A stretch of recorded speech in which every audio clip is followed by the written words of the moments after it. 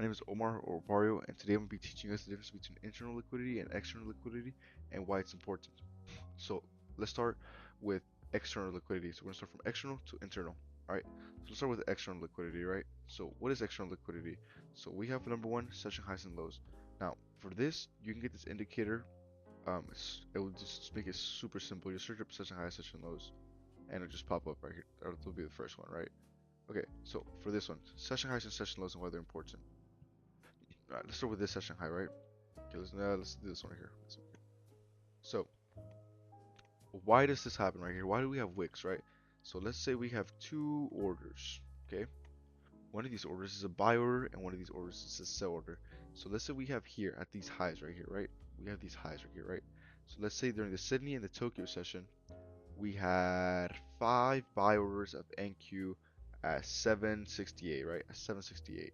We have 5 buy orders at someone tried to buy 5 lots of NQ at 768, but somebody sold 10 lots of NQ at 768, making these orders, get absorbed, and price and sellers have more control here. Price rejects right here, and then they come touch again. Maybe this is an example, right? Touch again, fail, instantly we start dumping whatever, or whatever, and basically that's how it kind of works. So that's why that happens, right? So I'm assuming, right? That's just my theory of slippage, and not all orders can get filled in at the same time. So that's just how it's just super simple how it works. And the same thing for the buy side. Same thing for the buy side. So let's say we have right here, right? Let's say right here, we have we have 10 sell orders of NQ. So let's say someone try to sell 10 lots of NQ right here at 468, right? So someone chose 10 lots, right? But, but, somebody put 20 buy orders of NQ at 468. So when someone tries to sell this much, 10 lots, and so we have 20 right here, the difference, the spread is 10. All sell orders get absorbed. Now we have 10, we have 10 resting buy orders right here, right? And because now we have 10 resting buy orders at this price, market makers, they want to fill those buy orders. They want to fill those buy orders, so they'll naturally drop the price and get those orders filled in for themselves, or however it works, and they just shoot up the price. I'm assuming that's just how that works. Due to slippage, not all orders can get filled in. Sometimes there's might be too much orders, so price comes, touches it, rejects it, and there's still liquidity resting right there. So as you can see right here, we have liquidity resting right here. So price comes again, touches it, picks up all the orders it needs, sweeps the liquidity, and then it distributes where it wants to go. Now, hopefully that didn't overcomplicate it. I feel like I explained this super simple. But yeah, that's just session highs to session lows. And I remember these are big traders. Like during the New York Simple, you have like Citadel, Fidelity, Morgan Stanley. Like okay, I don't know if that's Jane 2 Street or whatever. I don't know if they trade Nasdaq futures, but just an example of big players who play, and why they really want to get their order filled in. When they're making a big play. Liquidity. Let me show you guys an example of high time frame equal highs and equal lows. So I already marked it out for you guys right here. So this is right here called the Tokyo session. And during this Tokyo session, we left two equal highs right here. Right? I don't know if you guys can see right here. There's two equal highs around right there. Okay, anyways, why is that important? So while this session was happening, we can clearly see there was a lot of selling pressure right here, right? Because price came, touched right here, and then instantly rejected. That's just something we can clearly see, right? So price came, touched once, rejected, touched again, then rejected. So that tells me there's two high time frame equal highs. Now that's important because there's a lot of selling pressure right here, meaning there's resting orders right there. Not all orders get filled in. Remember, guys, not all orders get filled in. So we have selling pressure right there.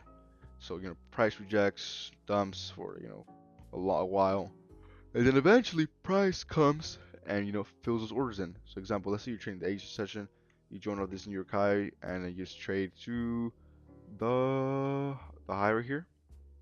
So this is 70.2 trade. So we know there's orders right here. Right? You know that TP is gonna get smacked. So you join, trade right here, 75 points, easy smack. And clearly there's orders right here. So your prices, your TP is most likely gonna hit. Now this is not financial advice. Just telling you guys. I mean, you can also trade to this one time to this 1 hour 1 hour high right here because this is also another form of pool of liquidity. Kind of price touches right here, sweeps.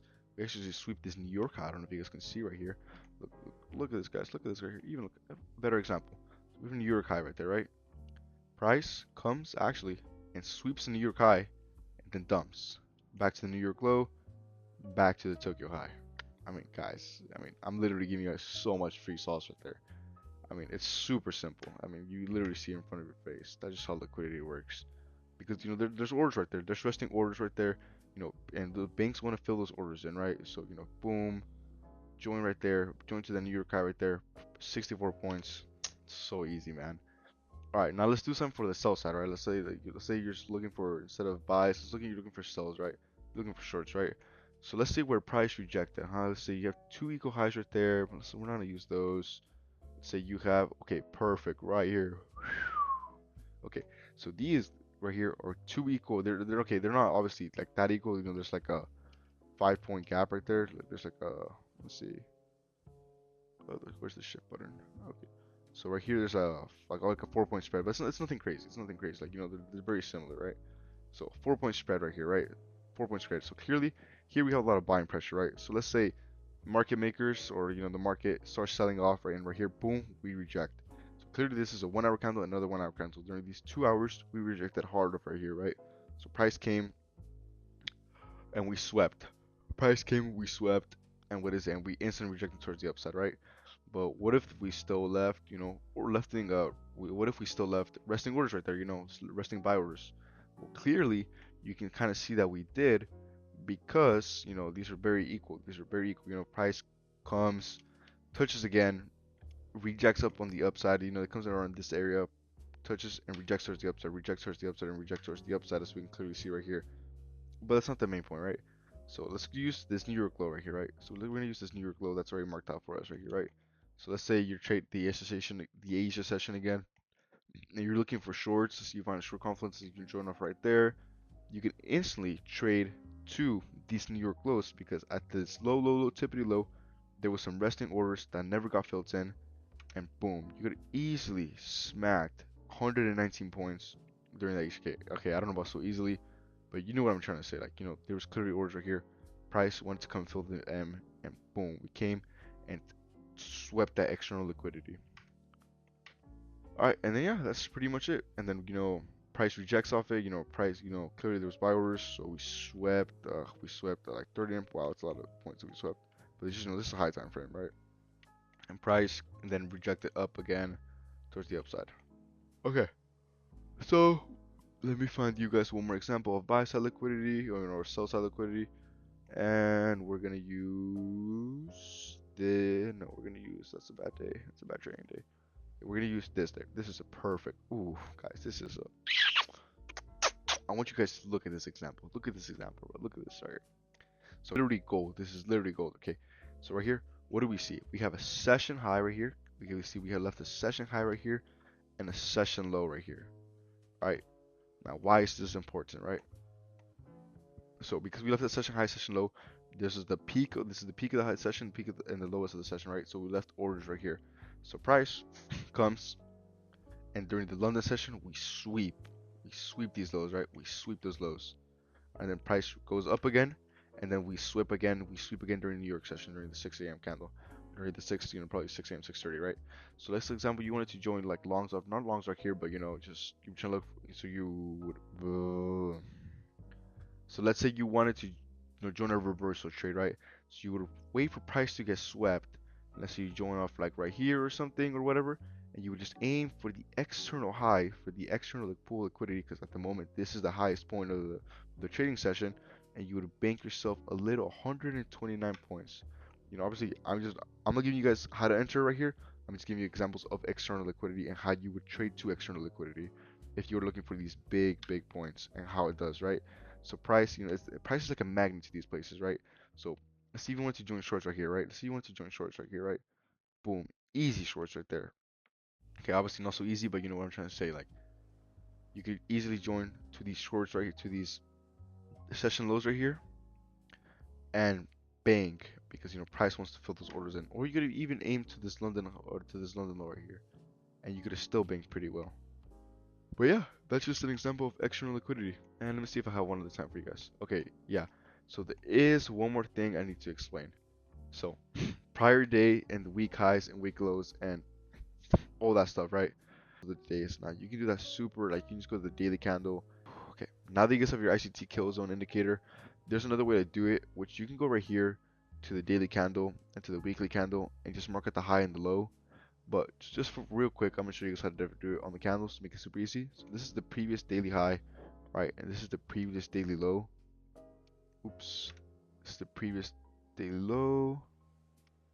Alright, and then let's say we don't want to use those days. Let's say you want to use another day. So let's say we're trading this day right here, right? So we're gonna mark out the high of this day, and you're gonna mark out the low of this day. Now let's drop it to like another time frame right here, the 5 minute, right? So now you have the high and the low that day, right? So obviously the high is obviously clearly right here, right? And the low of the day is clearly right here, since this is the 2 day lows, right? So obviously price, we have another trading day right here. So let's say you want to join shorts off right here. Let's say example, you want to join shorts in the PM, the AM session right here. So you can join shorts. You can just do previous day highs.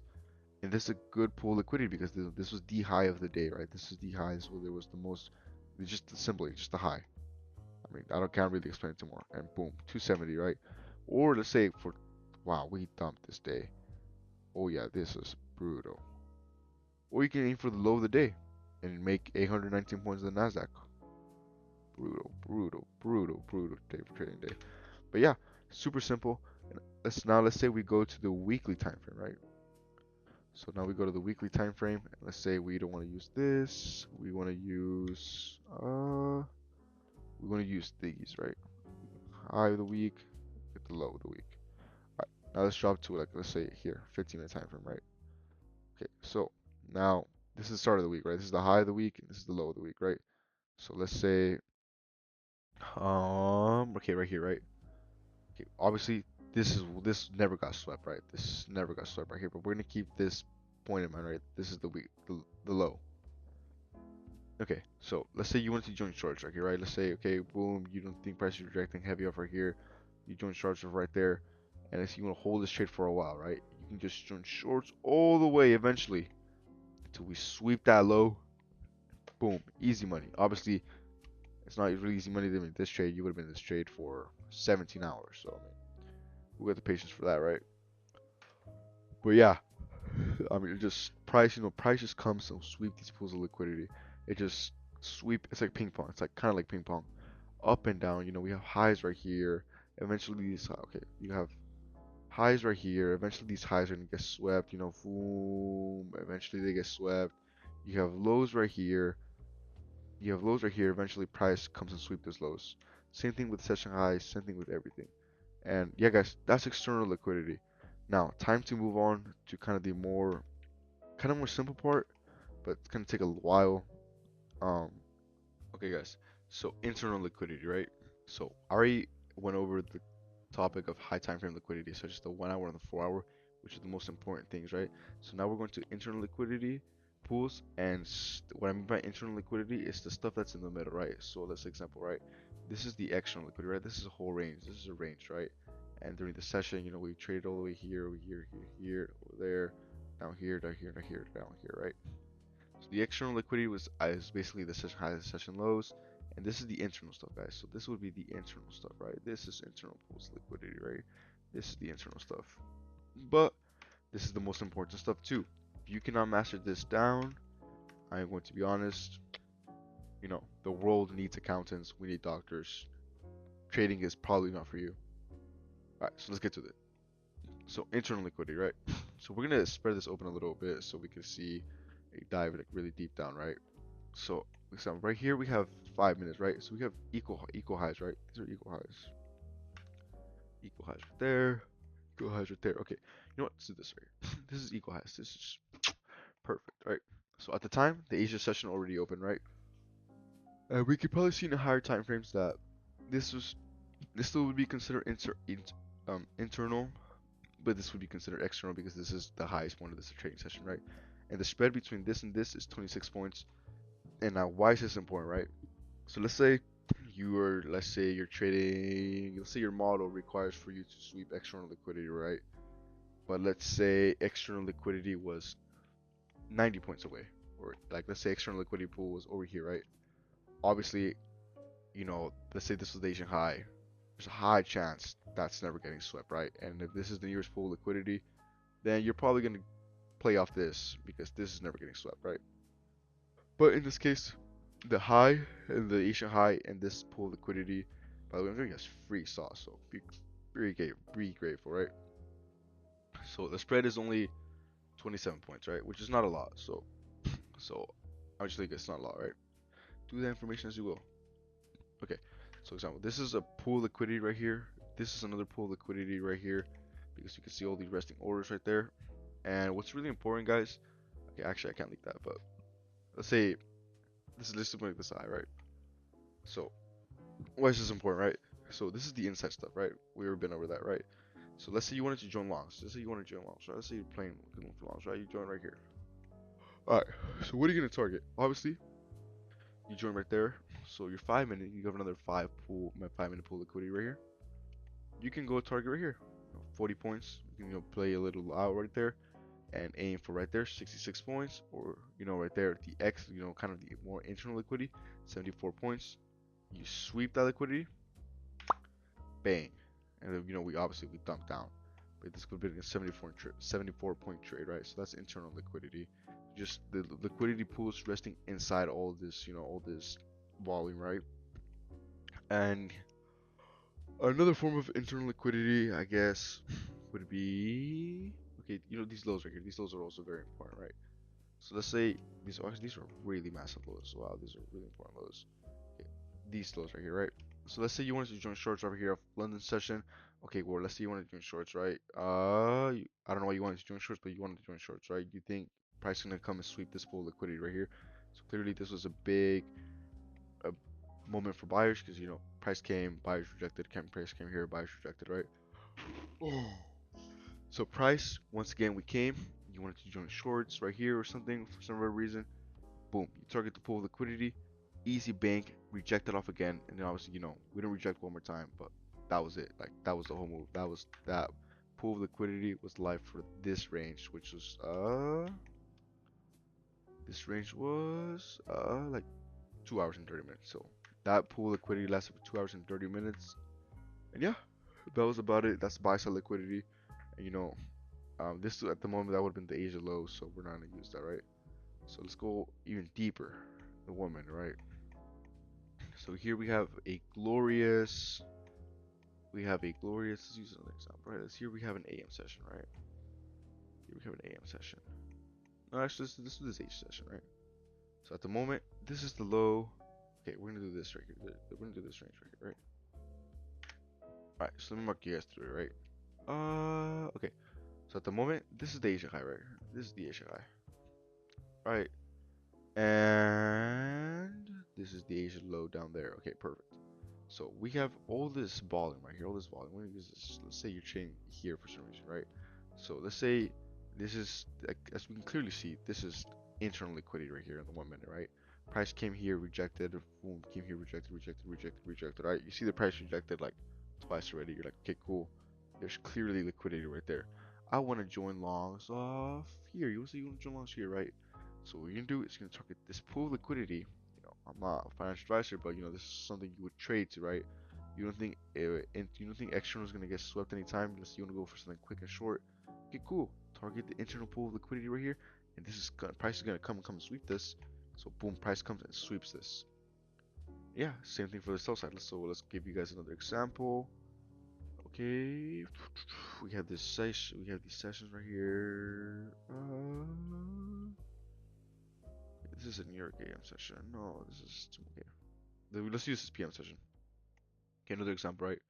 So we can leave some liquidity right here. Remember, the external liquidity at the moment is over here, right? So obviously it's quite far, right? So let's say we have some liquidity right there, some more liquidity right here. Okay, cool. So what are you gonna do? Let's say consolidate for some reason. Let's say using break structure for value gap or something like that. You join longs off right here, whatever, and now you're gonna be okay, cool. I want to target a pool of liquidity, huh? External liquidity seems a little way off. London high has been mitigated, this much time, so London high is probably garbage now. And now we're gonna use this pool liquidity right here. So it's something like 44 points, right? So if you pump, touch, 3 minutes later, you're already out the trade because you put this as your pool liquidity right here. And yeah, super easy.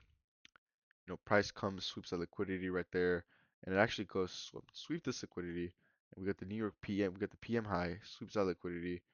Wow, market did pump a lot, and then you have other internal liquidity, such as this, such as this. There's a lot of stuff, right? You could I don't know. I don't trade break search for value gap, but just do whatever you want. But you can see price comes and clearly, it's attracted to these levels. Is the best way to put it.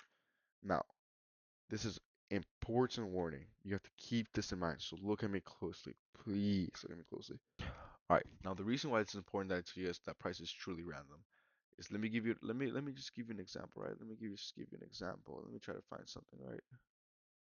Okay, cool. Let's say you're in longs right here, right? So let's say you're in longs, right? So you have pool of liquidity here, pool of liquidity here, like around that area, pool of liquidity here, right?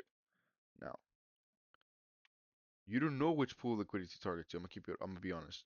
You don't know if price is gonna come and sweep this pool of liquidity, sweep this pool of liquidity, sweep this pool of liquidity, right? What if this is your stop loss right here? Okay, this is your stop loss right here, right? And let's say you wanted to target this, right? Boom. Now you lose the trade. Obviously, probably go break even for better risk management. Or boom, you wanna go right there? This is your stop loss? Bang, liquidated. So you don't know what price is gonna do next. No one knows what price is gonna do next. And what I mean by that is like, hey, like I don't know if it's gonna sweep this pool liquidity, but like let's say we have three pools right here, one, two, three. Which pool is gonna sweep, or or maybe even external. We don't know which one price is gonna sweep. So all you have to do is just guess what you think price is gonna do, right? You know, pair it up with the confluences.